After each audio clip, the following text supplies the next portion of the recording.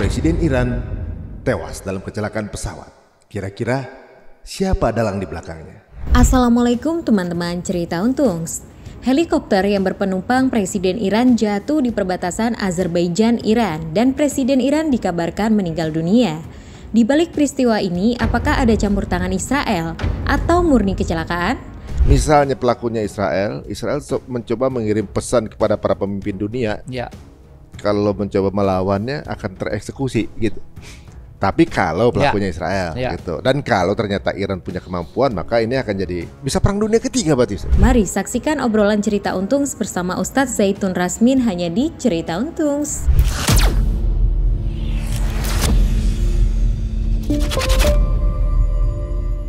Assalamualaikum warahmatullahi wabarakatuh. Apa kabar semua pemirsa Cerita Untung? Dan tentunya juga terima kasih untuk supportnya belakangan ini. Dan terima kasih juga ya membersamai kita menyemangati terus update untuk saudara kita yang ada di Palestina dan juga Gaza tentunya juga. Dan juga mengenai suasana politik yang berada di sekitarnya. Bersama kami ada guru kita, Ustadz yang selalu tidak pernah berhenti menyuarakan mengenai Palestina. Jadi walaupun pada saat kadang-kadang kita semangat, beliau di atas, kita turun, beliau masih tetap di atas. Semangatnya nggak pernah berhenti. Langsung saja kita akan ketemu dengan guru kita yang asalnya dari Makassar, Ustadz Zaitun Rasmin. Assalamualaikum warahmatullahi wabarakatuh. Waalaikumsalam warahmatullahi wabarakatuh. Sehat Ustadz? Alhamdulillah. Mas Ari? Alhamdulillah. Alhamdulillah. Waduh, sejak kenal antum pasti motif-motif Palestina yang antum pakai ini nggak pernah lepas. Event apa aja ada selalu, masya Allah, luar biasa. Ya paling minimal ini harus kita jaga, ya. Apalagi dalam situasi penyerangan Gaza, pembantaian biadab, genosida yang terang benderang, yang sudah berlangsung lebih dari 7 bulan. Kalau kita belum bisa bantu yang signifikan, bantu, maka minimal kita tunjukkan solidaritas. Ya, kita pakai atribut ini bahwa kita merasakan, berpihak dan merasakan apa yang mereka rasakan. Dan mudah-mudahan saya berniat dengan ini orang-orang nanti lebih banyak yang memakai itu sehingga lebih terasa bagi mereka bahwa kita bangsa yang besar ini, bangsa yang cinta damai ini, bangsa yang berutang budi juga kepada Palestina, itu bersama dengan mereka. Waduh, ini penting sekali. Jadi nggak ada sesuatu sekecil apapun yang nggak tercatat tuh saja. Oh iya, jadi ya ini pun saya memakai ini tidak karena merasa bahwa telah melakukan sesuatu, masih sangat jauh, masih sangat jauh, karena sepatutnya kita umat Islam bahkan umat manusia secara umum di dunia ini sepatutnya tidak boleh membiarkan pembantaian itu berlangsung selama ini. Dan ini kalau saya pelajari sejarah, inilah pembantaian terburuk di dunia ini. Ya, karena apa? Bukan karena jumlah yang terbantainya, masih banyak di peristiwa-peristiwa sebelumnya. Jumlah terbantai itu lebih banyak. Tapi pembantaian dengan range waktu yang begitu lama, terus menerus, dan disaksikan oleh mata dunia minimal 7,5 miliar dunia yang tahu.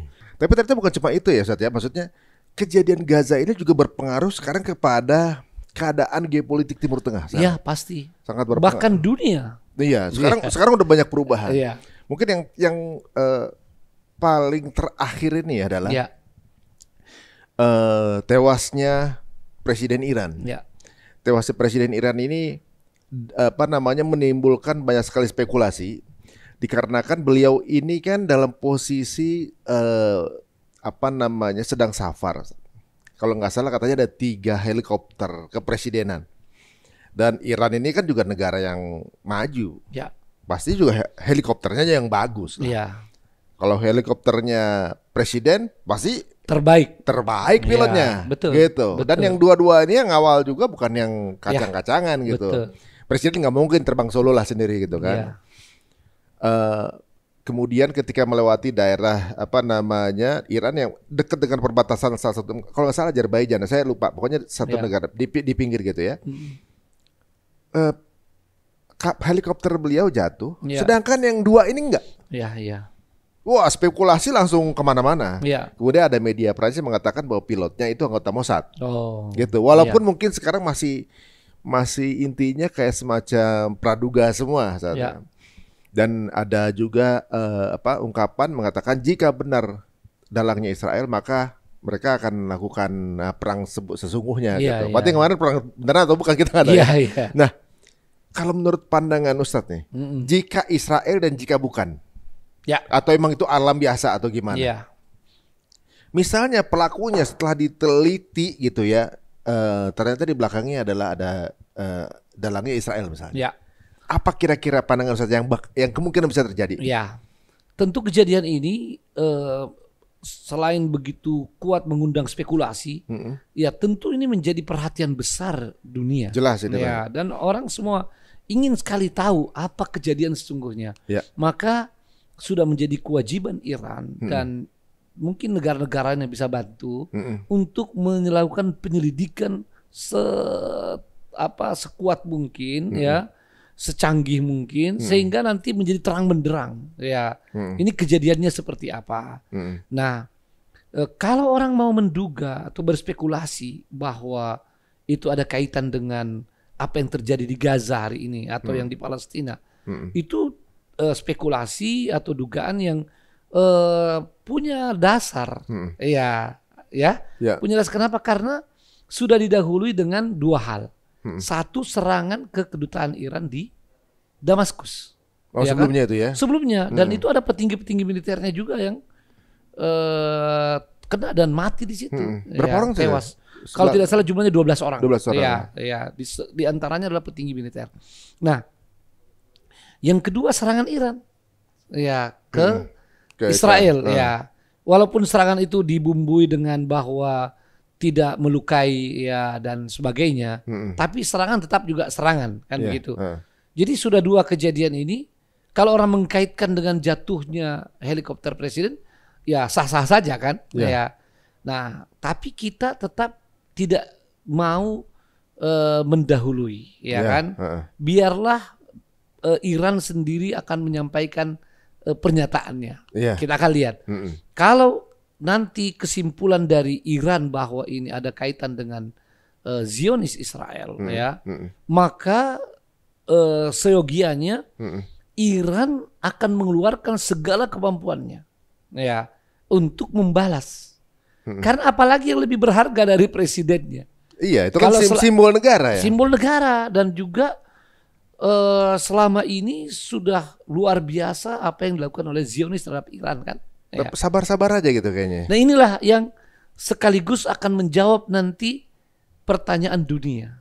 Pertanyaan apa tuh? Pertanyaannya karena Iran dianggap sebagai negara yang punya nuklir. Dianggap punya tentara yang kuat, Nah, kejadian kemarin dunia itu masih menunggu. Ini apakah Iran masih punya pertimbangan tertentu setelah kedutaannya di Damaskus diserang dan setelah korban begitu banyak di Gaza. Luar biasa nih.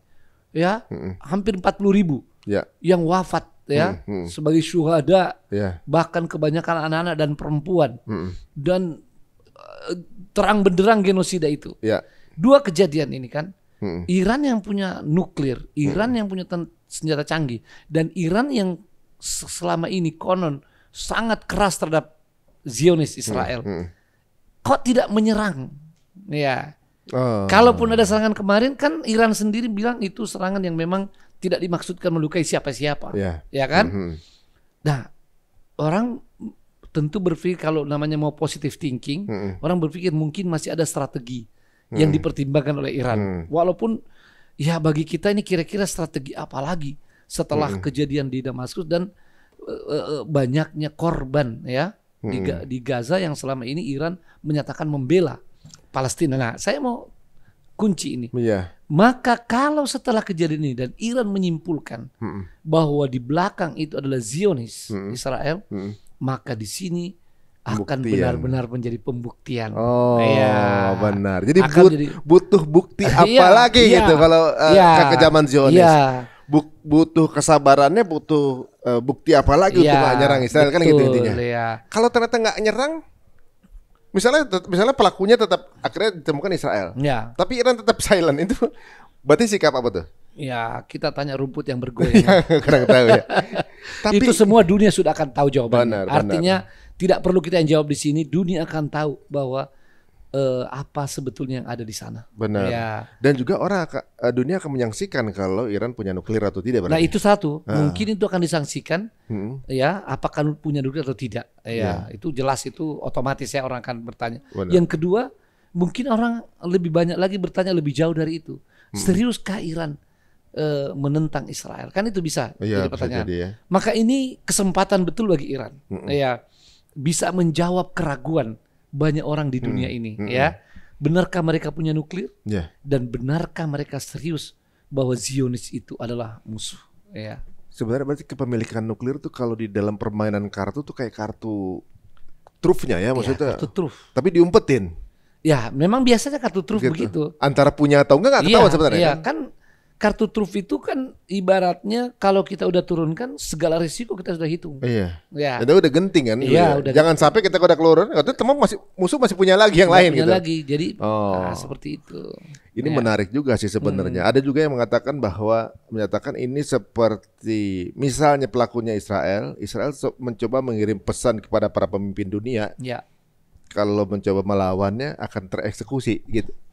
Tapi kalau pelakunya Israel Ya. gitu. Dan kalau ternyata Iran punya kemampuan, maka ini akan jadi bisa perang dunia ketiga berarti. Ustaz. ya, Bisa jadi nih. bisa. Ya, karena pemicu perang itu kan sebetulnya bisa bahkan hal-hal yang lebih kecil dari itu. Ketika tidak ada kesadaran dari manusia tentang hakikat perdamaian. Ya, membiarkan orang-orang jahat, ya, membiarkan orang-orang yang keji, kejam melakukan Kezaliman ya? kezaliman, ya, dan dibiarkan lama. Nah, ini memang pada akhirnya bisa memicu perang dunia. Kenapa?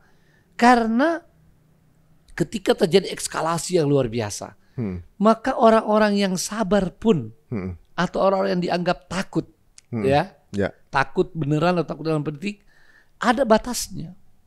Satu saat mereka akan bangkit dan pada saat itu tidak bisa lagi dicegah, ya. Makanya dalam konsep Islam, agar dunia ini aman, agar dunia tidak rusak, mesti mereka yang punya kesadaran, apalagi kekuatan, harus bisa mencegah secepat-cepatnya orang-orang yang berbuat keji, orang-orang yang berbuat mungkar, ya. Iya, karena kalau tidak, memang efeknya akan terjadi kerusakan di muka bumi ini. Iya. Akan terjadi, ya seperti kan perang dunia itu kan artinya kerusakan yang dahsyat. Iya, benar. Nah, di sini misalnya dalam hadis, man ra'a minkum mungkaran falyughayyirhu biyadihi. Siapa yang lihat kemungkaran, rubah dengan tangan. Tangan itu yang punya kekuasaan. Ya. Bukan sembarang orang nih, ya, supaya jangan jadi kekacauan malah. Yang punya kekuasaan. Artinya sejak awal seharusnya semua negara-negara yang punya hati nurani dan punya kekuatan harusnya dari awal mencegah kekejaman Israel itu. Ya, mestinya dari kalau tidak tahun 48, tahun 67 dan seterusnya sampai sekarang, apalagi ketika mereka terang-terangan melakukan pembantaian keji dan melanggar segala resolusi PBB, ya kan misalnya. Tapi dibiarkan terus, maka ngelunjak terus dan semakin kejam. Nah, inilah nanti kemungkinan ujungnya, ya, kemungkinan ujungnya bahwa ketika misalnya ada negara ini presidennya terbunuh, negara ini suatu saat ini akan menjadi miliaran semut misalnya yang bangkit dan tidak bisa dicegah perang dunia. Udah nggak percaya lagi dengan PBB. Nggak percaya PBB dan seterusnya. Dan yang namanya perang dunia itu akan terus dari situ. Maka jangan menyalahkan kalau nanti ada negara-negara Islam atau negara ketiga yang tiba-tiba menyatakan ingin mengirimkan pasukan atau bantuan militer ke Gaza. Dan itu sebetulnya saya sudah suarakan. Harusnya walaupun sudah terhitung terlambat. Tapi saya selalu suarakan bahwa sepatutnya negara-negara Islam dan negara-negara dunia ketiga ya yang atau negara yang bukan sekutu Zionis ini itu mengirimkan pasukan militer ke sana ya, untuk supaya jangan ini meluas dan jadi perang dunia. Pasukan perdamaian lah ya minimal. Pasukan perdamaian oke, ya. Yang penting militer. Karena kalau cuma menghimbau, udah puluhan tahun nih himbauan. Yang terakhir misalnya, apa kurangnya lagi himbauan ketika pemimpin negara OKI ya mengutus presiden kita, ya Pak Jokowi bertemu Joe Biden. Sudah disampaikan bahwa semua mengecam, semua marah dengan serangan Israel ke Gaza. Ya. Ini udah sampai ke topnya nih. Tapi apa yang terjadi? Dengan ramah tamah saja Joe Biden menerimanya, tapi tidak ada sedikit pun hasil dari, bahkan setelah itu Joe Biden memberikan bantuan lebih banyak lagi secara militer ke Zionis dalam keadaan serangan-serangan membabi buta itu. Tapi kayaknya memang nggak bisa dipegang omongannya, Ustaz. Waktu kemarin Joe Biden bilang bahwa kalau terjadi agresi di Rafah, Ya. maka mereka akan stop bantuan militer ke Israel. Ya. Rafah diagresi sama Israel. Bantuan tuh datang, Ustaz. Nah, memang dari dulu mereka tunjukkan kalau Amerika serius ingin perdamaian di Timur Tengah, Nah. ya. Oh iya, gampang maksudnya. Kan kenapa resolusi-resolusi PBB, ya, terutama Dewan Keamanan selalu diveto. Kalau Amerika konsisten dengan proposal two state solution, ya kan? Dua negara berdampingan. Kalau serius, harusnya jangan diveto semua keputusan tentang berdirinya negara Palestina merdeka penuh. Minimal itu. Padahal itu sendiri proposal yang sebenarnya sangat merugikan Palestina. Lah, misalnya Mas Ari Untung nih, tiba-tiba ada yang datang menyerobot tanahnya Mas Ari nih. Diserobot ya, hanya karena dia orang kuat aja. Ya, diserobot, dikuasai sekian lama. Tiba-tiba ada penengah datang. Udahlah, jangan bertengkar terus ya. Mas Ari tetap di tanah ini walaupun tinggal 12%, ya. Yang 78% kasihlah kepada yang penyerobot itu, ya. Dia karena dia punya kekuatan, ya. Ya kan? Mas Ari setuju nggak? Rela nggak itu? Pasti nggak rela. Iya, kalaupun terima sangat terpaksa. Lah, tanah Mas Ari sendiri, ya kan? Diserobot.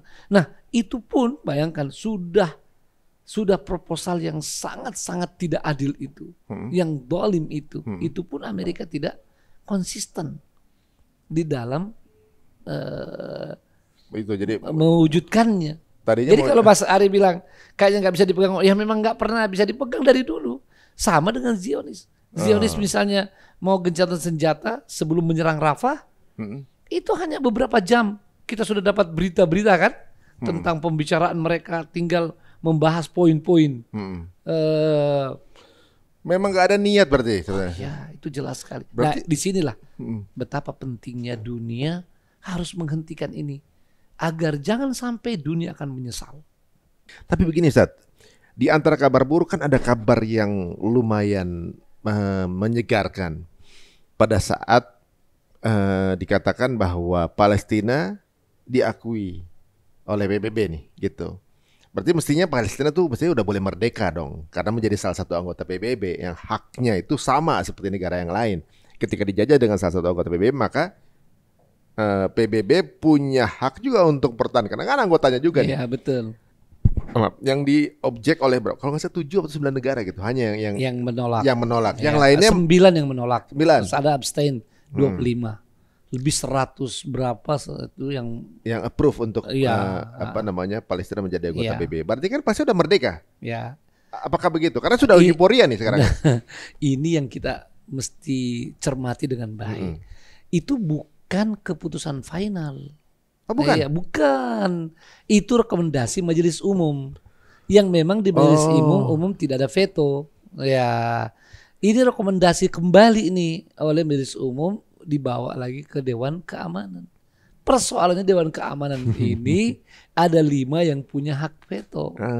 Salah satunya Amerika yang selalu memveto hal-hal yang merupakan kebaikan Palestina dan merugikan Zionis, Israel. Jadi, tapi informasi ini sayang sekali itu diviralkan kemana-mana. Ya kalau diviralkan sebagai informasi juga nggak apa-apa, ya.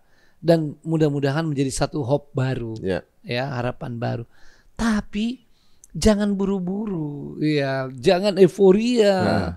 Ini belum ada apa-apanya. Ini baru rekomendasi lagi. Rekomendasi. Belum gol berarti. Belum. Oh. Iya. Kalau sudah gol itu Zionis ini harus berhenti dengan serangannya sebab dia adalah negara merdeka. Iya. Dia harus berhenti. Kalau tidak, maka seluruh negara anggota PBB berhak mengajak anggota lain itu untuk melawan. Iya, melawan Israel kan. Iya, melawan. Jadi ini jangan sampai ada yang menjadi terhibur dan tidak lagi peduli menyuarakan masalah Palestina karena menyangka Palestina sudah merdeka. Oh, salah. Iya. Kalau mengenai ini keputusan ICC untuk menangkap Netanyahu gitu kan katanya udah. Nah, itu kan ahli-ahli sudah menjelaskan. Tidak usah saya sebetulnya. Tinggal lihat penjelasan ahli bahwa itu keputusan ompong. Aduh. Jadi mereka tidak punya tentara untuk bisa menangkap. Kalau yang melanggar sebagai penjahat perang itu di negara-negara lemah, itu memang bisa ditangkap. Karena nanti ya Anda tahu negara-negara besar ini dengan tentaranya bisa kerjasama dengan negara lemah itu. Atau kalau dia pergi berjalan-jalan ke negara misalnya Belanda. Mungkin saja kalau dia di sana, tapi kan pasti dia tidak mau ke sana, ya kan? Jadi ini keputusan seperti macan ompong, ya kelihatannya macan, tapi ompong nggak bisa gigit, ya. Jadi kayak pencitraan aja dong ya? Ya jelas itu. Sebetulnya begini, boleh saja kita bersangka baik mereka itu. Ada usaha lah ya. Usaha dan tulus lah dengan hati nuraninya. Apalagi termasuk yang mengajukan ini Afrika Selatan. Ya. Oh, Afsal itu ya. Afsal malah ya. Dan dapat ancaman lagi. Iya, ya, dapat ancaman dan kita berterima kasih pada Menteri Luar Negeri kita yang sangat gigih untuk mendukung itu ya. Dan tentu ini pemerintah kita lah ya, negara kita. Posisi kita termasuk salah satu itu pendukung utama. Bahkan Menteri Luar Negeri kita itu aktif di sana ya. Saya kadang-kadang dapat info dari Pak Lulu ya, Muhammad Lulu yang mantan dubes di Turki ya. Itu bagaimana kegigihan delegasi kita dipimpin Menlu untuk mendukung keputusan itu, mendukung tuntutan itu ya untuk jadi penjahat perang. Sayang memang ini tidak punya kekuatan eksekusi. Itu masalahnya ya. Jadi diputuskan apapun dan dalam sejarah ini yang dieksekusi itu hanya beberapa saja yang memang bisa dijangkau. Seperti kalau tidak salah dulu penjahat perang Serbia. Nah, karena dia sudah tidak menjabat lagi. Begitu dia tidak menjabat baru kemudian. Nah, maka kemungkinan juga Netanyahu ini nanti kalau tidak menjabat baru kemudian tidak dipedulikan lagi oleh negaranya, apalagi dia satu ketika ke Eropa, boleh jadi bisa ditangkap. Tapi bukan sekarang, dia lagi berkuasa seperti itu. Tapi kekuasaan nggak ada yang lama kok. Nggak ada yang lama. Maka kita tetap berterima kasih pada ICC itu dan pada negara inisiatornya, termasuk kepada pemerintah kita dalam hal ini Ibu Menteri Luar Negeri yang sangat gigih untuk mendukung itu. Minimal dunia tahulah posisi kita ada di mana gitu. Nah, itu penting. Benar. Dan sekarang ini udah mulai terlihat kegambelangannya keberpihakan masyarakat dunia ya, karena menurunnya mereka-mereka ini anak-anak muda di dunia untuk menyaksikan CNBC, Fox, CNN. Mereka udah nggak percaya lagi. Mereka lebih milih Al Jazeera atau TRT. Karena mereka tahu mana berita yang disaring, mana berita yang kemudian menyuarakan seperti hal terjadi. Betul sekali. Dan juga ada Ustadz yang agak unik, ada sebuah ajang di Eropa itu seperti ajang idol gitu ya, ajang seni gitu ya, namanya Eurovision, yang dikhususkan ajang seni ini, ajang menyanyi ini untuk negara-negara Eropa yang belum lama ini kemudian mengeliminasi Rusia karena invasinya ke Ukraina. Karena maksudnya mungkin secara nilai dari kebersamaan ini tidak diterima untuk sebuah negara Eropa kemudian menzolimi negara Eropa yang lain, begitu. Tapi di tahun ini sebuah protes besar karena tiba-tiba ada Israel. Satu, Israel bukan negara Eropa. Dua, dia bukan zolim lagi. Gitu. Tapi masuk final, Ustaz. Oh. Wah, itu jadi lagi protes sekarang Iya, nih. iya. Kemudian juga ada juga kabar yang luar biasa ketika Presiden FIFA sepertinya sedang dalam diskusi untuk mengeliminasi negara Israel dari FIFA. FIFA ya. Karena memang value sepak bola ini sebagai bukan hanya sepak bola tapi juga perwakilan dari rasa kemanusiaan seluruh dunia ini akan tercoreng dengan adanya kejadian ini gitu Betul kan. sekali. Apalagi Gitu. saya dengar memang diprotes oleh Persatuan Sepak Bola Palestina karena banyak sekali insan sepak bola Palestina yang menjadi korban pembantaian ini. Jadi dasarnya itu mereka ajukan ke FIFA dan kita bersyukur FIFA memberi tanggapan positif terhadap protes itu dan yang didukung beberapa negara. Ya tentu kita berharap FIFA berani mengambil keputusan. Dan bagi kita itu semua ada gunanya ya sebagai tekanan kepada Zionis. Walaupun mungkin di mereka sendiri tidak care terhadap itu, tapi kita harus tunjukkan segala hal yang mendukung kemanusiaan. Ada yang menarik juga Mas Ari. Saya pernah baca di medsos itu banyak followers sekarang ini itu sudah sampai memboikot memboikot tokoh-tokoh yang mereka idolakan hanya karena sikapnya tidak jelas membela Gaza atau mengecam Zionis jadi mereka merasa loh Anda ini saya idolakan tapi sebagai manusia yang harus ada hati nurani Anda tidak peduli pada kemanusiaan padahal kami ini followers peduli pada kemanusiaan itu rame-rame. Iya, udah. Ada gitu Mas Ari. Banyak itu dan sudah jadi gerakan internasional. Tapi memang yang punya platform memang pro Zionis ya. Jadi platform-platform yang membakar semangat itu tuh dimatikan akunnya. Oh begitu. Boykot block out kalau nggak salah namanya itu ya di TikTok dan juga di Instagram. Tapi gerakan boykot tetap jalan Ustaz. Habis mereka. Kita tinggal tunggu waktu aja sampai akhirnya mereka sadar bahwa uang mereka tuh ada di para fansnya. Betul ya. Nah itulah salah satu tanda bahwa kita ini sebagai rakyat, sebagai masyarakat yang seolah-olah tidak punya apa-apa, sebetulnya kita punya power. Asal kita mau aja bersatu, bersuara dan bersatu. Bayangkan tuh ya. Kalau mau bersuara dan bersatu, tidak membiarkan 1-2 orang yang peduli bersuara, kita masyarakat akan memberikan pengaruh. Masya Allah. Nah ini menarik ya Satya. Jadi ibaratnya sekarang kan polanya sudah mulai tambah mengerucut nih. Bahwa dunia nih hampir seluruh dunia itu pro Palestine. Tapi pemimpinnya pro Israel. Hampir semua pemimpin dunia itu pro Israel. Yang di PBB lain lagi gitu ya. Seolah-olah bahwa sebenarnya orang lebih banyak pro Palestine. Yang pro Israel ada pemangku kebijakan. Gitu. Dan gejolak pro Palestine ini di luar itu grafiknya makin lama makin naik. Betul. Makin lama makin semangat orang membela. Bukan hanya di kalangan orang biasa, orang yang teredukasi, orang yang berpendidikan. 10 universitas terbaik di dunia itu mengatakan pro Palestina, termasuk profesornya. Berarti yang masih pro Israel itu orang-orang yang bodoh. Karena orang pinter ya pada pro Palestina. Nah, sekarang ini pada saat di dunia barat itu sekarang udah lebih lantang lagi dengan berani ketika dia lagi di wisuda. Dia sobek itu ijazahnya segala macam.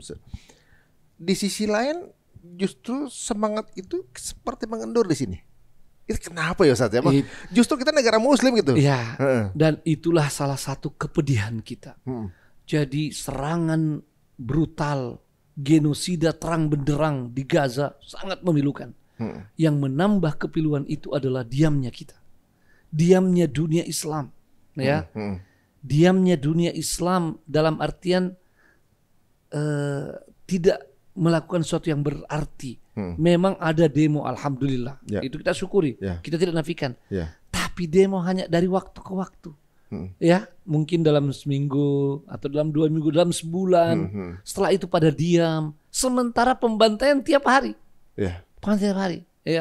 Nah, justru kemudian keseriusan melakukan protes itu sekarang justru muncul di barat. Amerika maupun Eropa, Iya. di kampus-kampusnya. Dan kalau bicara kampus Mas Ari, ini benar-benar sesuatu yang sangat memilukan, termasuk di kita, di negeri kita tercinta Indonesia.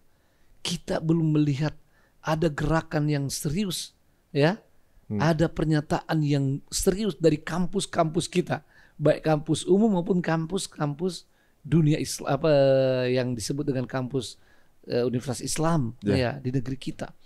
Padahal yang tadi saya katakan dalam perjuangan itu ada lanjutan hadisnya kan? Wa illam yastati fabilisani. Kalau tidak mampu dengan lisan. Ini juga kalau kita bisa selalu menyuarakan, ya, untuk menghadapi kemungkaran, membela yang terdolimi, itu juga bisa mencegah kemungkaran yang lebih besar sebetulnya. Ya, kalau kita konsisten menggunakan itu bagi mereka yang tidak punya kekuasaan, ya, kita bisa dengan lisan. Nah, hadis itu di kita sebetulnya. Sekarang yang lebih menerapkannya dunia barat. Makanya itu ya. Mereka itu benar-benar dan sesuatu yang luar biasa. Mereka sampai tidak lagi takut risiko seperti yang kata Mas Ari sampaikan. Profesor yang ditangkap, ada di borgol di tengah-tengah masyarakat. Mereka tidak peduli. Ya, sementara kita diam atau bersuara sekali-sekali. Ya, ini sangat-sangat jauh dari makanya yang seharusnya, Mas. Agak ironis ya Ustaz. Ironi banget. Jadi teman-teman mahasiswa mungkin udah waktunya kali sekarang ya, mungkin mulai menyuarakan entah dengan cara yang seperti apa ya, mungkin dengan cara mungkin dibikin di media atau di sosial media teman-teman dengan campaign-campaign luar biasa ya. So gini, 10 besar kampus-kampus ternama di dunia yang diakui dunia itu bersuara untuk Palestina. Sedangkan negara kita ini kan posisinya di peringkat seratusan. Betul. Seratusan, 200-an kampus-kampus terbaiknya gitu ya. Jangan sampai secara dunia kalah, akhirat kalah gitu. Betul sekali, betul sekali. Iya. Ini kan pasti, ini kejadian ini pasti akan dicatat oleh sejarah. Jangan sampai kita tidak berada di posisi yang kebenaran dari sejarah. Itu, ya. Jadi bahasa lain daripada posisi akhirat tadi kata Mas Ari adalah posisi membela kebenaran. Jangan sampai kita udah kalah dalam kemajuan teknologi, kualitas pembelajarannya, kita kalah juga dalam membela kebenaran. Apalagi yang tersisa bagi kita. Benar. Padahal sepatutnya ya dalam masalah membela kebenaran ini, melawan kedoliman, membela yang terdolimi, harusnya kita di posisi terdepan. Karena agama kita, agama Islam ini itu adalah agama al-haqqu, kebenaran, dan selalu membela kebenaran. Bahkan mengorbankan yang paling berharga, jiwa sekalipun, demi membela kebenaran, itu adalah doktrin jiwa, ajaran, gitu ajaran agama kita yang sangat jelas, dalil-dalilnya dari Quran dan hadis. Dan kita sebagai orang Indonesia juga punya budaya seperti itu. Kita punya budaya yang sebetulnya dari dulu ya, walaupun sekarang kayaknya udah luntur tuh, setelah beberapa orde ini. Dahulu tokoh-tokoh kita, yang sekarang banyak jadi pahlawan, mereka itu selain karena memang semangat jihad dalam Islam, tapi semangat membela kebenaran, membela orang terdolimi. Mereka tampil, walau vokal, atau mereka melakukan perlawanan bersenjata saat itu karena penjajahan, walaupun mengorbankan jiwanya. Yang vokal itu luar biasa. Dari zaman penjajahan, zaman perkemerdekaan, maka kita lihat tokoh-tokoh kita sangat vokal menyuarakan kebenaran. Zaman Orde Lama, nah zaman Orde Baru juga, tapi mulai berkurang. Zaman reformasi mulai muncul lagi, tapi karena begitu banyak ujian mulai berkurang lagi. Nah, padahal masalah Palestina tidak perlu ada rasa takut sebetulnya, karena kira-kira masalah apa lagi yang kita berani kalau masalah Palestina kita takut. Padahal masalah Palestina masalah dunia, bukan masalah orang Islam saja. Ini masalah kemanusiaan. Dan alhamdulillah negara kita tercinta, Indonesia, itu sesungguhnya secara konsep, secara konstitusi, secara sikap sampai hari ini pro Palestina. Jadi apa yang membuat takut para tokoh, para ulama, para aktivis, termasuk di kampus, termasuk influencer, public influencer. figure. Apa yang buat kalian Benar, takut benar. untuk bersama-sama menyuarakan masalah ini? Ini menariknya begini, Tat. Ibaratnya gini. Mestinya ada pemahaman ya teman-teman ya, ibaratnya gini. Oke, situ kampusnya peringkat 1 terbaik di dunia, 1 sampai 10. Gua boleh ratusan, tapi untuk urusan kebenaran gua lebih dulu dari lu. Kan gitu kan mestinya. Benar sekali. Urusan kemanusiaan Gua di depan lo kan gitu mestinya. harusnya begitu, Mas Apalagi Ari. mereka-mereka ini berada di negara yang pro Israel. Betul. Pasti mereka ini tantangannya banyak. Betul. Dipecat, diintimidasi, dikeluarkan, nggak diakui jadi masuk banyak Ya, itu betul. diradikalisasi lah Betul, mereka ini. iya. Sedangkan negara kita kan pro Palestine. Sebenarnya Pro-Palestine. nggak bilang pro Palestine pun nggak menyalahi keputusan negara kan Iya. gitu. Sama semestinya. Apa yang bikin malu? Nah itu dia. Nah itu dia. Ya kalau bicara masalah malu, sekarang ini udah lebih bawah lagi. Kita udah mengalami kehinaan sebetulnya, Mas Ari. Nah sebelum saya lanjut di situ, saya mau beri catatan ya. Luar biasanya gerakan mahasiswa di Barat itu sekarang di Eropa maupun Amerika ya, kampus-kampus terbaik itu. Yeah.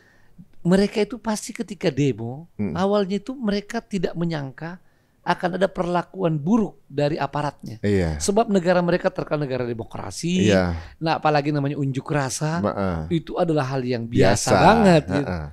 Nah, apa yang luar biasa, Mas Ari? Ketika dihadapi dengan kekerasan, represif aparatnya, ada yang ditangkapi, ya, bahkan diborgol di depan umum, tidak membuat mereka surut. Justru dia tambah semangat Tambah gara-gara itu. semangat. Ini yang luar biasa. Benar. Dan itu yang membuat kita semakin malu. Benar. Kita semakin malu, merasa terhina. Kok kita di negara yang masalah Palestina, konstitusi kita mendukung, ya, Undang-Undang 45. Ya. Sikap negara kita sejak dari zaman Bung Karno, sejak kemerdekaan sampai hari ini tidak berubah. Pemerintah juga, ya, sama, ya, sikap. Apa yang membuat kita masih diam atau cuma sekedar bersuara lirih sekali-sekali? Iya. Ini tidak ada jawabannya kecuali kita ini sudah mengalami kehinaan. Itu dia. Allahul musta'an. Dan ini disinggung dalam hadis Nabi SAW ketika kita meninggalkan agama kita, ya, dan ridho, lebih banyak ridho pada lebih suka dunia, lebih cinta dunia, maka akan masuk kehinaan itu. Oh iya. Iya. Dan kita meninggalkan yang namanya perjuangan, meninggalkan jihad fisabilillah, ya, baik itu jihad dengan fisik ketika memang memenuhi syaratnya, ketika memang sesuai dengan hukumnya, atau jihad dengan lisan, jihad dengan mengungkapkan kebenaran, ya, membela kebenaran, membela terdolimi. Kalau kita sudah tinggalkan itu, kita mengalami kehinaan. Nah ya, seperti saat ini, jumlah kita yang sangat banyak, tapi kita di urutan paling belakang di dalam membela kebenaran. Ya. Sayang banyak di antara kita yang tidak merasakan itu. Makanya mudah-mudahan dari mimbar Mas Ari ini, podcast Mari, bisa mengingatkan kembali. Benar. Dan kita mengajak semuanya, semua lapisan masyarakat, ya, semua lapisan masyarakat. Dan kita perlu tahu, semakin tinggi kedudukan masyarakat itu, kedudukan seorang semakin besar tanggung jawabnya. Apakah pendidikannya lebih baik, latar belakang ekonominya lebih baik, ya, dan seterusnya, tanggung jawabnya lebih besar. Ya, kita ingatkan semua, mau sampai kapan kita diam? Nah itu dia. Ya. Kalau kita ngelihat di mereka ini ya, negara yang notabene adalah bukan negara Muslim, Betul. Gerakan boikotnya ini tetap berjalan, Ustaz. Betul sekali. Beberapa gerai-gerai, ada 100 cabang yang sudah ditutup. Ada salah satu brand besar yang berwarna merah, yang warnanya hijau juga udah mulai anjlok, yang produk fashion juga anjlok. Karena udah mulai akhirnya tumbuh juga para produk-produk pengganti gitu. Ini kan disebabkan karena konsistensi dari boikot tersebut. Ada yang bilang kalau nggak ada ngaruhnya. Siapa bilang ngaruhnya besar sekali. Betul. Bahkan bukan hanya produk, Sat. Ada gerakan namanya boykot apa tuh yang selebritis ada tuh? Ya, boykot orang yang tidak punya sikap yang jelas. Benar. Boykot para selebritis. Bahkan itu ada penyanyi namanya Taylor Swift sudah hilang 4 juta. Iya. 4 juta followers. Gitu juga dengan keluarga Kardashian juga gitu. Nah, ini sebenarnya sebuah fenomena di mana yang biasanya mereka ini jadi fans atau followers atau juga konsumen dari para public figure yang kemudian memanfaatkan database dari followers itu untuk sebagai bargaining database kepada para produk. Betul. Kan gitu kan. Sekarang sepertinya si umat yang banyak ini lagi menggigit balik seperti Ustaz bilang tadi. Ya. Mereka lagi bite back. Jadi ibaratnya lu gua idolain tapi lu nggak nyuarain seperti yang gua mau. Betul. Percuma gua follow lu. Benar sekali. Akhirnya di blok itu kan, di sosial media di blok itu. Bilang nggak ngaruh. Ternyata dari algoritma berpengaruh. Berarti engagementnya menurun. Ya. Maka harga iklannya pun akan turun. Betul. Mereka. Beberapa public figure udah ada yang kemudian mend-DM mereka yang memblok dengan cara apa yang bisa kami bantu karena kami belum mengetahui apa yang sebenarnya terjadi. Jadi takut bersuara, takut salah. Betul. Apa kira-kira yang bisa saya bantu? Udah mulai begitu. Ada dua public figure yang seperti itu. Luar biasa. Menurut saya itu kejadian di luar negeri yang semestinya itu bisa dilakukan di sini gitu. Betul sekali. Boykot kita makin lemah, Ustaz.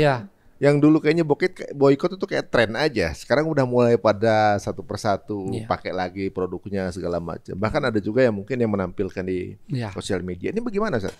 Ya, jadi lagi-lagi kita mengambil pelajaran dari fenomena yang ada di masyarakat di luar ya, terutama di Barat tadi itu. Mereka tidak segan-segan seperti kata Mas Ari tadi di momentum yang sangat penting, wisuda. Mereka angkat bendera Palestina, mereka bicara dan seterusnya. Kemarin juga di karpet merah penghargaan apa, Oscar atau apa itu? Met Gala. Ya, saya cuma lihat sepintas saja. Mereka berani di situ menyuarakannya, ya. Nah, ini sepatutnya jadi pelajaran buat kita, ya. Dan ini juga menunjukkan bahwa ada benang merah di antara manusia itu yang namanya hati nurani. Yang kita khawatir kalau kita ini yang Muslim, ya, yang bangsa beradab, bangsa Indonesia, yang seolah-olah kehilangan hati nurani, ya kan? Wah, ini sangat menyedihkan, sangat memilukan, ya.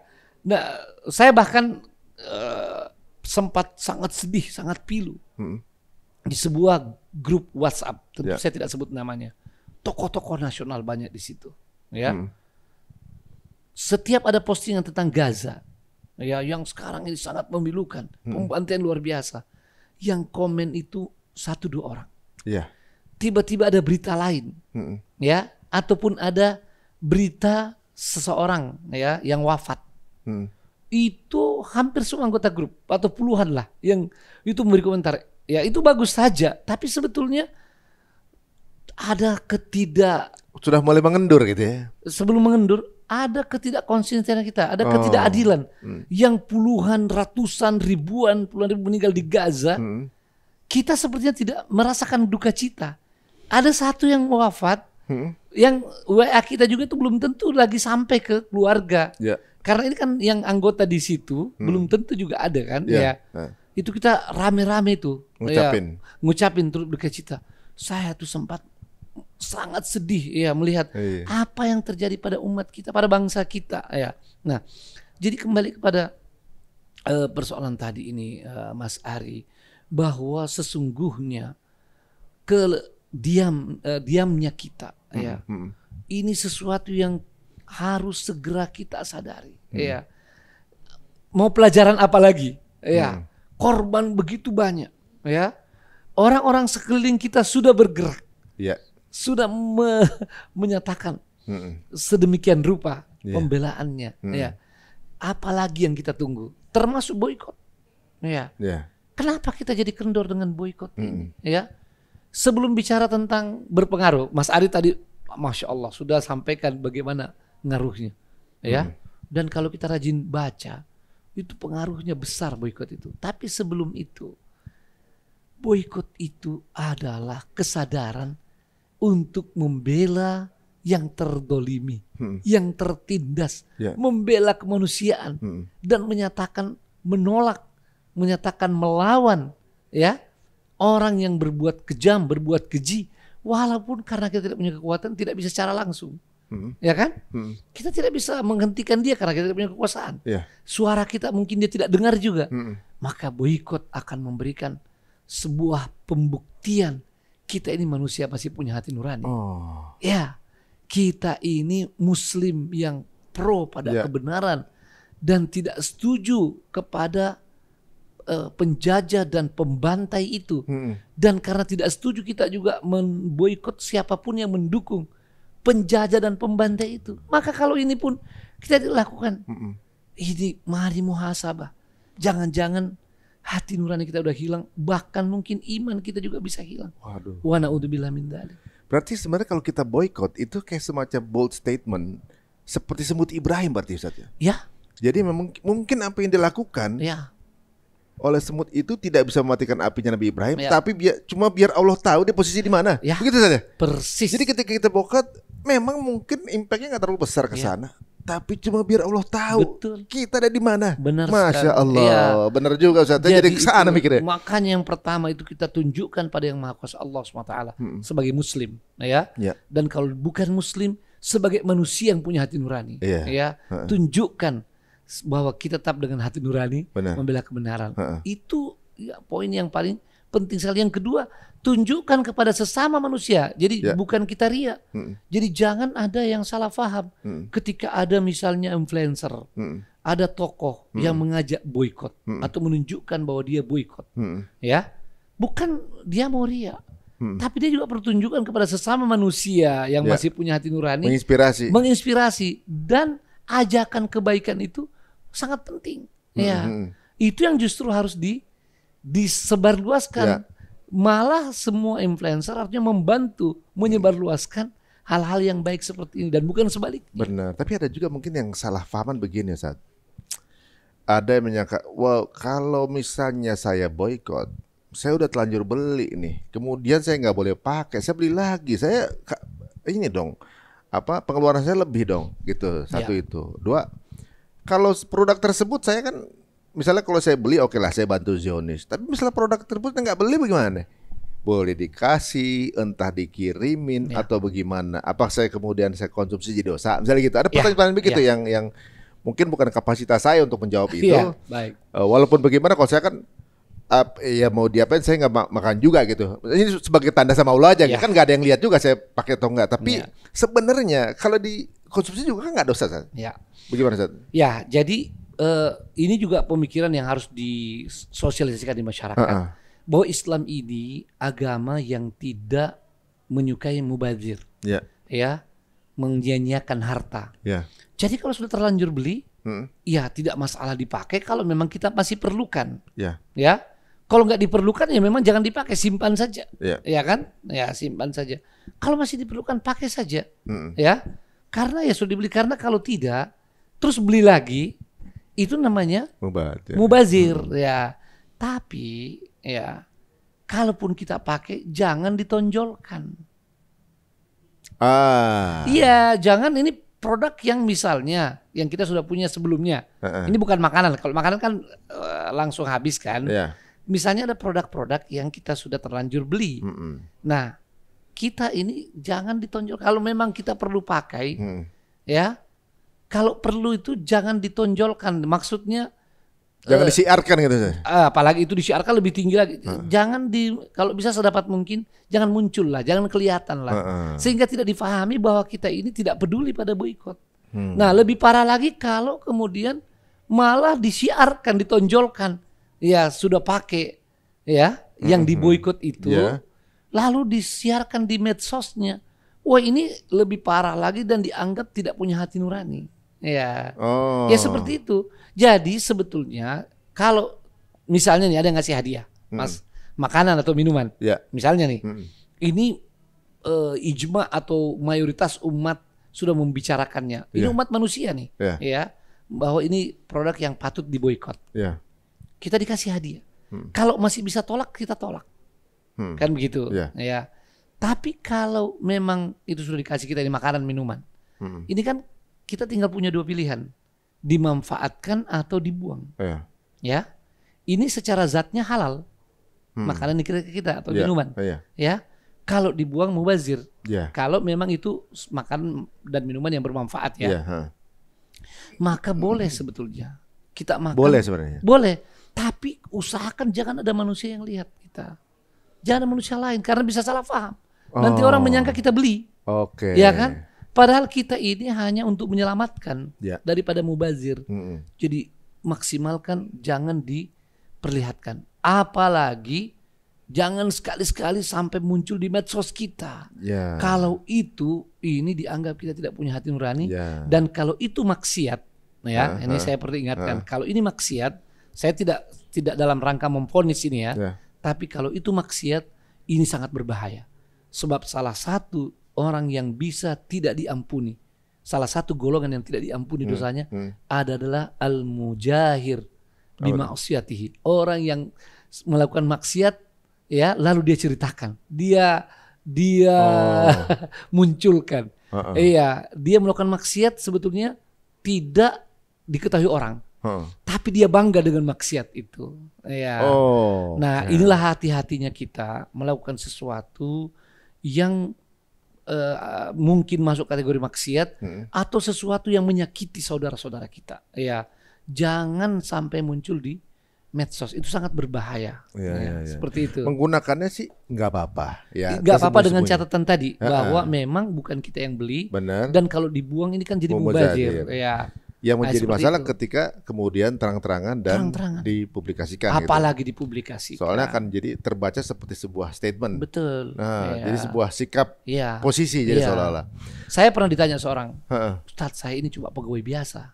Ya, saya di tempat kerja saya diberikan ya produk makanan yang atau minuman yang masuk boikot. Ya. Bagaimana Ustadz? Saya bilang itu tadi kalau dibuang kan mubazir. Ya. Tapi coba cepat covernya dihilangkan, ya. Kan yang penting ada sudah di covernya, jangan sampai covernya tetap ada, jadi tontonan orang, ada yang foto, tersebar lagi, ya, dan itu dianggap sebagai sebuah sikap berarti ya. Sebuah sikap. Misalnya nih Ustaz, ya namanya manusia kita kan ada kemungkinan keplesetnya besar. Oh iya. Dan juga belum memahami apa yang barusan Ustadz utarakan tadi ya. Mungkin bahwa ternyata salah atau keliru. Kita husnuzon aja karena belum tahu. Betul. Ketika kemudian sudah terjadi, kira-kira apa next step yang terbaik yang mesti dilakukan? Kemudian menjadi sesuatu yang bisa dimaafkan, atau juga mungkin orang paham bahwa ini sebuah kekeliruan. Itu kira-kira mestinya apa? Manusia itu tidak terlepas daripada khilaf dan salah. Ya, itu salah satu sifat manusia kan, khilaf dan salah. Yang kedua, umat Islam dan bahkan manusia secara umum itu akan mudah memaafkan orang yang tulus merasa salah, apalagi dia minta maaf. Ya. Maka kuncinya cuma ketulusan saja, bahwa benar-benar disadari itu salah, itu keliru, ya, lalu tulus minta maaf. Ya. Dan apa tanda orang tulus minta maaf? Ketika orang itu menyampaikan permohonan maaf, ya, tentang apa yang dia lakukan tanpa banyak menyebut alasan, tanpa babi buba bebo gitu ya, tanpa tapi berarti. Apalagi itu, ya, dan tanpa tapi, ya, misalnya, oh saya merasa lalai, keliru dengan perbuatan saya kemarin, dan karena itu saya minta maaf. Itu kelihatan ada ketulusan, clear di situ, ya. Atau misalnya ada yang tanya, tapi kenapa kemarin waktu diingatkan malah ngeyel, membantah? Itu juga saya minta maaf karena kekurangan ilmu saya, ya. Saya malah ngeyel, padahal saya harusnya berterima kasih pada mengingatkan. Cukup ya. Jangan lagi tambah dengan tapi. Ya. Nah kalau seperti itu orang akan lihat ini ketulusan dan orang akan memaafkan, ya. Dengan catatan memang tidak diulang lagi. Iya. Oh iya. Udah minta maaf lagi berulang lagi. Ya, jadi benar-benar. Seperti itu. Waduh, ini luar biasa ya pengetahuan yang kita dapatkan dari Ustadz hari ini ya. Bagaimana berbagai hal yang terjadi di dunia, kemudian apa yang terjadi di Gaza dan juga apa yang terjadi di kita, ini semuanya dibahas tuntas. Tapi sebelum kita menutup pembicaraan ini, ada yang saya ingin tanyakan sama Ustadz. Saat ini kan agresi di Rafah sudah terjadi. Dan ada sebuah buku yang merupakan penggambaran strategi Amerika kalau tidak salah. Saya bisa bincang dengan salah satu pakar politik juga mengatakan bahwa buku ini sepertinya menggambarkan pola yang akan dilakukan kepada Gaza. Dan di dalam buku ini adalah tata cara waktu untuk mereka melakukan pola pembersihan etnis kepada suku Indian di Amerika dan kepada Aborigin.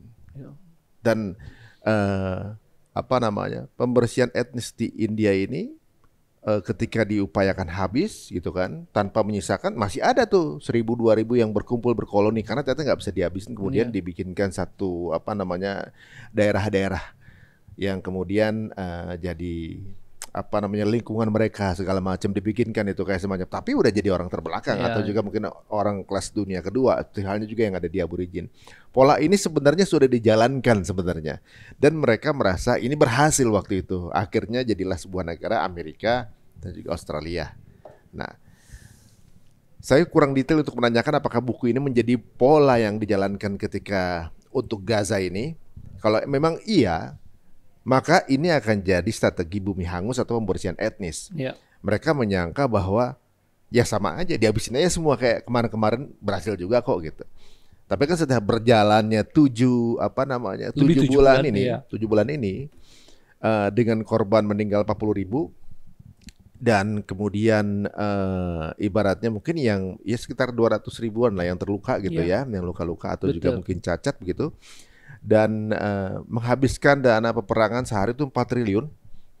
Udah 7 bulan berarti kan habis banyak ini. Iya, betul. Jadi yang masih sehat masih 1,4. Ya. Sebenarnya kalau secara ekonomi ini bisa dibilang akan menghabiskan duit banyak. Iya. Gitu. Dan mereka membutuhkan cepat selesai. Iya. Gitu. Ternyata orang-orang Gaza tidak seperti yang ada di Indian atau yang ada di Aborigin. Mereka benar-benar orang dengan jiwa yang berbeda, dengan edukasi yang berbeda. Mereka baru menyadari ini, tapi tetap ingin menjalankan pola ini. Akhirnya mereka serang Rafah karena dipikir di sini adalah konsentrasi terbesar. Ditekan dari atas dari bawah, akan ketemu di tengah dihabisin kan gitu kan. Udah nggak lihat lagi kan rumah sakit atau apa segala macam. Nah, ada dua pola. Kalau secara pola manusia, seperti yang mereka pikir akan habis nih etnis.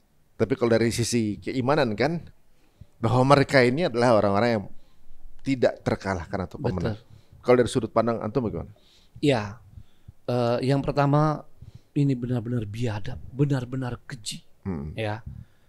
Karena pengungsi itu, orang-orang di Rafah itu kan disuruh mereka ke sana, ya kan? Ya. Tapi kemudian di sana mereka dibantai lagi, dan itu semakin menunjukkan pada kita ya betapa memang sangat biadab, sangat keji Zionis ini.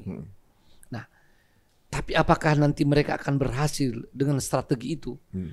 Kalau maksud mereka mau seperti itu, mau melakukan genosida dan mau total dan sebagainya, itu sudah kelihatan.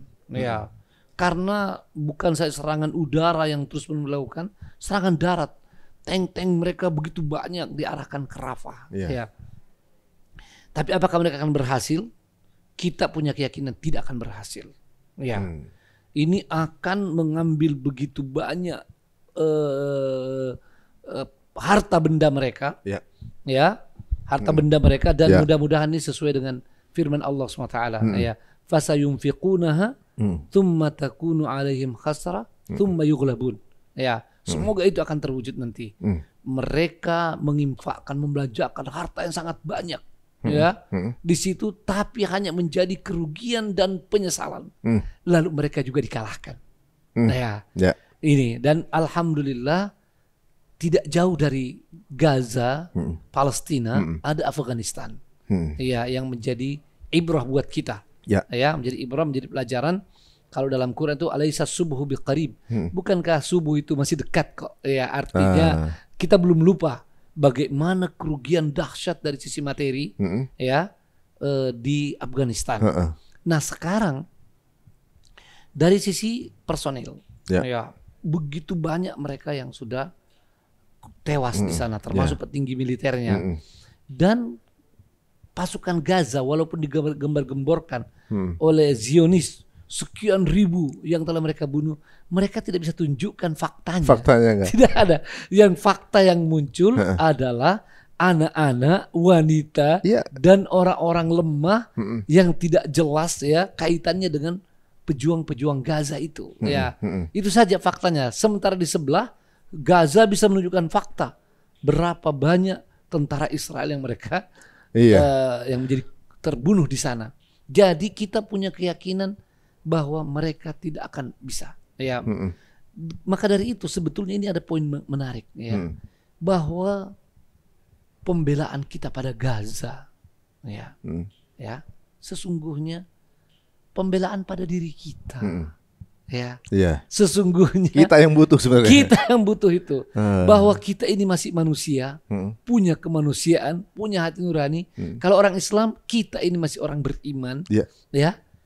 Kalau orang Gaza ini luar biasa menunjukkan kemuliaan, bukan saja para pejuangnya, rakyat biasa, bukan saja laki-laki, perempuan, anak-anak. Kalau ditanya mau tidak keluar dari Gaza, tidak mau.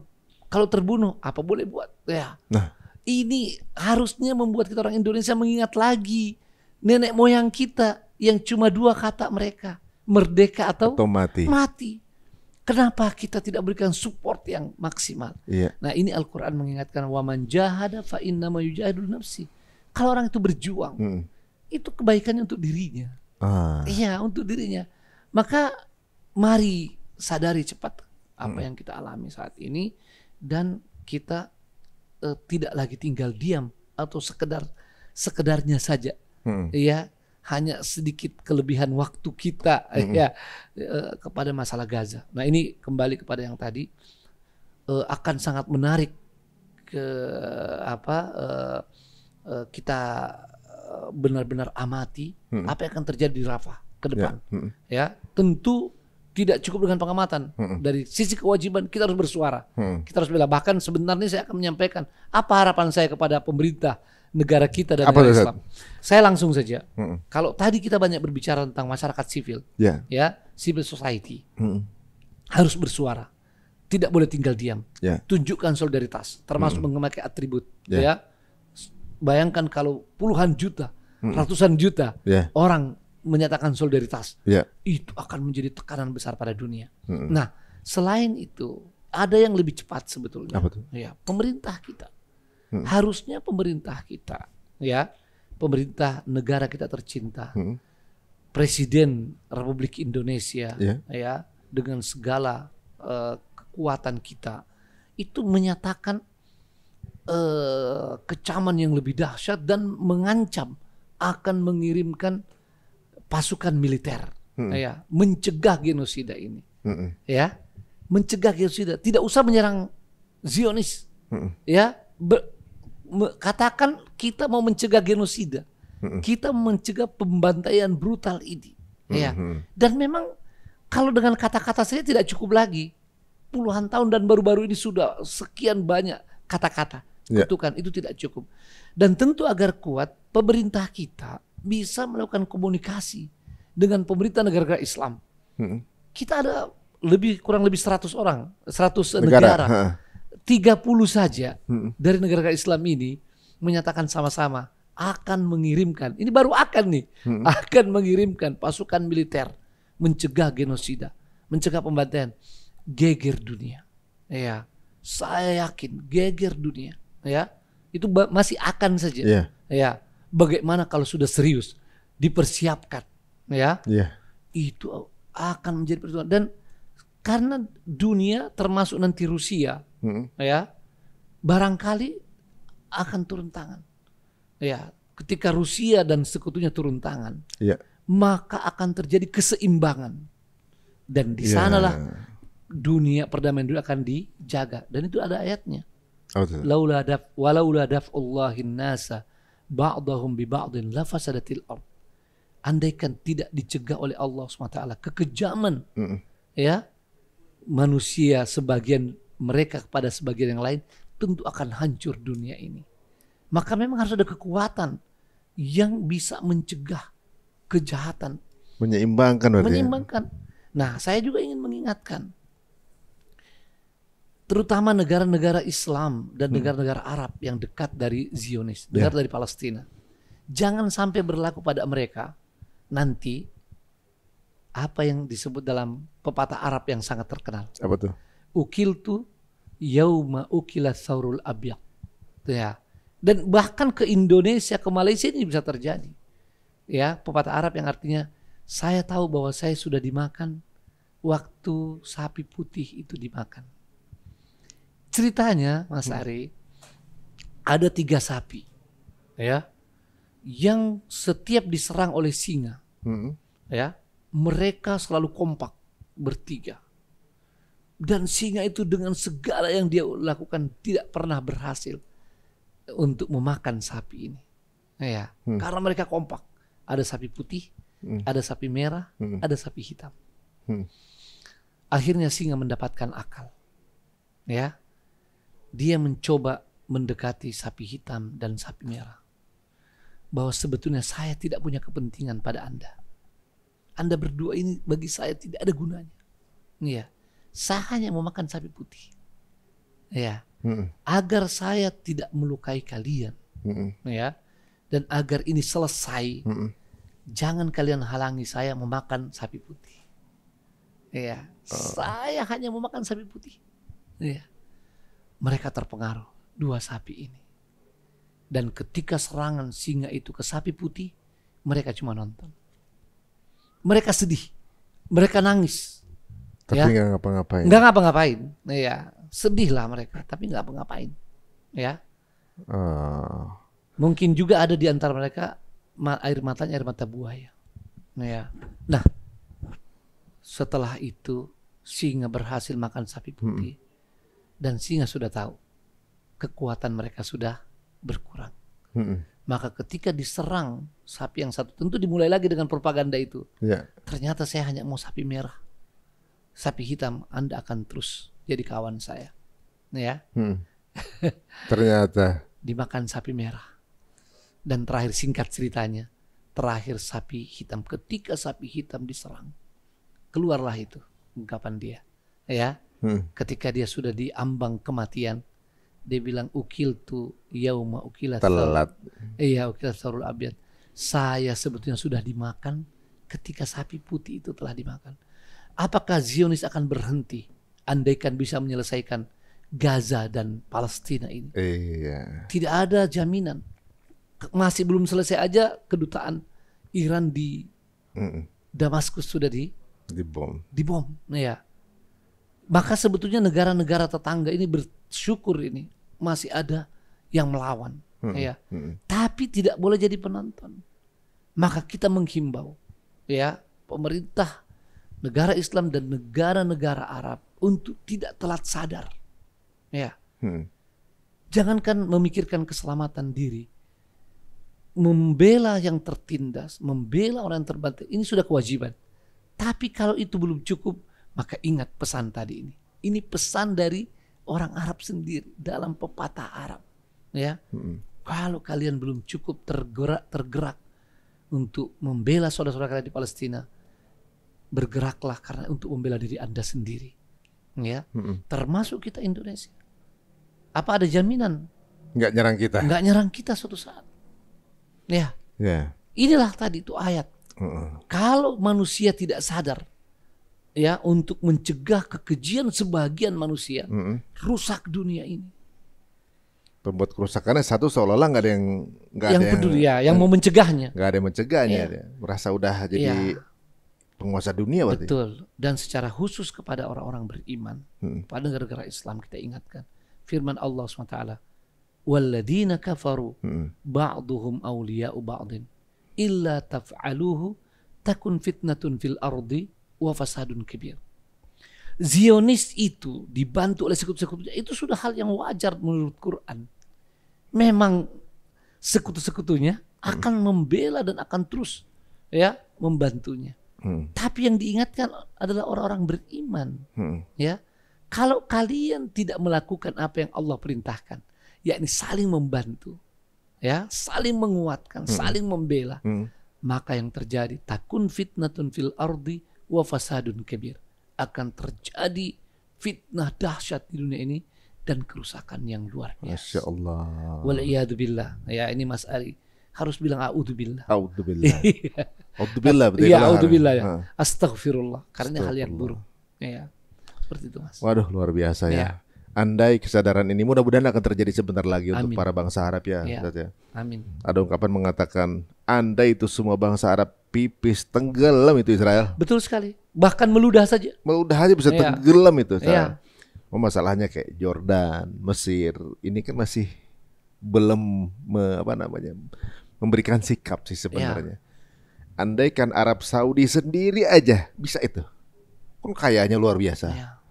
Persenjataan luar biasa. Sendiri aja sebenarnya bisa, Iya. apalagi kemudian didukung oleh bangsa Arab yang Iya. lain. Kita optimis saja saat. Insya Allah. Ya. Mungkin ada satu trigger besar yang akan membuat Iya. itu terjadi. Kita Iya. nggak pernah tahu rencana Allah. Iya. Tapi Makanya kita- kalau saya itu, Mas Ari, Mm-mm, saya itu tidak mengecam mm-mm, negara-negara Islam ini. mm-mm, Saya tahu, mm-mm. ya banyak pemimpinnya ini kurang lebih seperti masyarakatnya juga. Kan kaifa matakunu yuwalla alaikum. Ya. Ya. Tapi saya mendahulukan himbauan, Mm. mengajak, menyadarkan, Ya. ya, meminta presiden kita, Hmm. ya, mengajak presiden dan pemimpin negara-negara Islam Ya. lainnya bersama-sama kuatkan barisan, cegah ini pembantaian, cegah genosida ini berkelanjutan, Ya. ya. Hmm. Jangan sampai ini terus. Ya, itu kita mau sampaikan. Dan mereka bisa, mereka kuat sebetulnya. Hanya terlanjur ketakutan itu sudah masuk sekian lama. Tapi harusnya sekarang ketakutan itu bisa Iya. dijauhkan dan bangkitlah. Iya. Dan kalau mereka bangkit, rakyatnya juga akan bangkit Benar. dan akan mendukung mereka. Waduh, mudah-mudahan jika 40.000 jiwa ini belum menginspirasi perlawanan ini, kita tunggu siapa tahu 50.000 jiwa. Allahu Akbar. Jangan sampai tapi. Ya Allah. Mudah-mudahan baru berapa orang saja maka kesadaran ini akan timbul. Tapi sekarang kita bisa lihat sama-sama ya Ustaz, bahwa Gaza adalah produsen pahlawan terbesar di Luar dunia biasa, sekarang betul ini. sekali. Iya. Masyarakatnya ini orang bilang bagaimana mereka bisa melawan kalau misalnya pasukannya merasa sudah dilumpuhkan salah satu. Jangan salah, ternyata sekarang warganya daripada mati konyol, mendingan saya mati terhormat. Betul sekali. Jadi semua warga sekarang udah Iya. menjadi pahlawan semua. Betul. Coba bilang, wah apa namanya, mereka akan jadi takut, kebalikannya. Betul. Malah mereka akan menjadi orang yang nothing tulus ya Ustaz ya. Benar sekali. Apalagi yang mau di rumah udah nggak ada, Betul. keluarganya juga dihabisin, nggak ada alasan untuk nggak jadi pejuang di sana. Betul sekali. Aduh, mudah-mudahan. Dan kita sebetulnya juga punya sejarah gemilang seperti itu. Mari kita jaga pelihara, ya. Belanda aja bisa kalah Iya, gitu. sejarah gemilang itu. Heeh. Dan jangan kita kemudian sekarang kehilangan kebanggaan itu. Masya Allah, Ya. luar biasa. Ini jadi semangat lagi teman-teman semuanya. Ya. Ya, mungkin kita bisa ingatkan teman-teman yang Betul. lain juga ya. Apalagi kemarin para influencer, public figure kemudian bersatu untuk membuat satu anthem Palestina. Nah, itu Ya. sebuah tindakan yang bisa dibilang mungkin menginspirasi. Ayo, yang punya kemampuan yang lain buat karya-karya mengenai Palestina. Waduh, jazakallahu khairan Ustaz. Barakallahu fikum. Penutup Mas Ari, Siap, Ustaz. ini yang sangat penting komunikasi. Ya, sedikitnya suara kita dan gerakan kita karena kita ini jarang komunikasi. Ya. Andaikan kita mau nih para influencer komunikasi di antara mereka, Ya. para ulama komunikasi di antara mereka, Ya. ya para ustadz, para tokoh-tokoh nasional Ya. komunikasi, ini akan menjadi sesuatu yang luar biasa. Maka jangan sampai kita sibuk komunikasi yang lain termasuk grup WhatsApp, Ya. kita lupa persoalan yang sekarang jadi kewajiban di zaman ini. Itu Benar, Mas wah, Ari. itu dia benar juga. Itu mengingatkan dari Ustaz. Jangan sampai kita bahkan ribut perkara-perkara Ya, internal gitu. betul. Padahal ada perkara besar di depan kita, perkara umat, perkara perbedaan pendapat, Ya, ribut ya. gitu kemudian yang semestinya jadi kontraproduktif untuk persatuan bangsa ini. Ya. Waduh, luar biasa. Banyak sekali nih poin-poin inspirasi yang kita dapatkan malam ini dengan berbicara dengan Ustaz Zaitun Rahmin. Mudah-mudahan teman-teman juga punya ide apa yang bisa membuat sekeliling kita atau Ya. juga mungkin di circle kita tergerak untuk kembali mengingat saudara kita yang ada di Gaza. Jazakallah khair Ustaz. Mudah-mudahan segala perjuangan Ustaz kemudian Amin ya Rabb. sama-sama akan menjadi ganjaran terbaik di jannah insyaallah. Amin ya Rabb. Amin. Amin ya Rabb. Ya, Doakan kami ini- juga Ustaz membersamai ya, aja kita gitu. semua berdoa dan kita semua mengadu kepada Allah SWT. Ya Allah, ampuni kami atas kelemahan kami, ya, atas kekurangan kami. Seperti doa Nabi SAW ketika turun dari Taif. Ya, Nabi SAW benar-benar mengadukan dirinya pada Allah SWT. Kepada siapa engkau serahkan kami, ya Allah. Ya, rahmatilah kelemahan kami. Nah, kita mohon Allah SWT ampuni kita, rahmati kita, dan kuatkan kita, ya, untuk kita bangkit. Amin. Insyaallah. Amin. Satu poin luar biasa dari Ustadz bahwa bukan Gaza yang butuh kita, tapi kita yang butuh Gaza, guys. Ya.